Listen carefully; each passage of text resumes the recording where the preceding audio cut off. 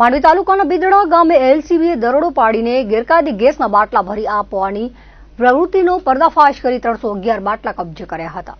મળતી વિગતો મુજબ એલસીબી પીઆઈ HR જેઠી અને પીએસઆઈ જેબી જાદવ દ્વારા જિલ્લામાં ગેરકાયદે પ્રવૃત્તિ કરતા ઈસમો સામે કાયદેસરની કાર્યવાહી કરવા માટે સૂચના આપવામાં આવી હતી, જે અંતર્ગત ટીમ પેટ્રોલિંગમાં હતી ત્યારે માહિતી મળી હતી કે માંડવી તાલુકાના બિદડા ગામે મફતનગરમાં રહેતા જયેશ ખીમજી રાજગોર પોતાના કબજાના મકાનમાં ગેરકાયદે રીતે રાંધણ ગેસ અને કોમર્શિયલ ગેસના બાટલા રાખે છે અને તેનું રિફિલિંગ કરે છે, જેથી તપાસ કરતા મકાનમાં છોટા હાથી હતો, જેમાં ગેસના બાટલા ભરેલા હતા। આ ઉપરાંત મકાનના બંને રૂમમાં રાંધણ ગેસની બોટલો રાખવામાં આવી હતી।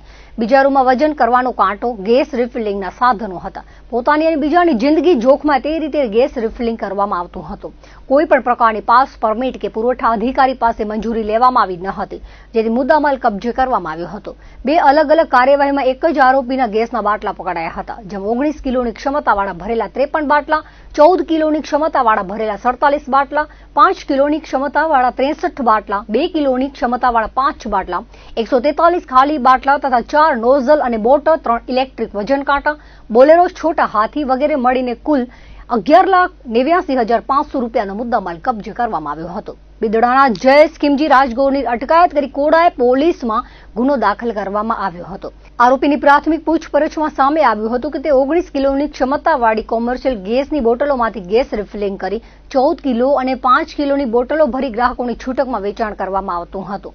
કેટલા સમયથી આ પ્રવૃત્તિ ચાલુ હતી તે દિશામાં તપાસ શરૂ કરવામાં આવી છે।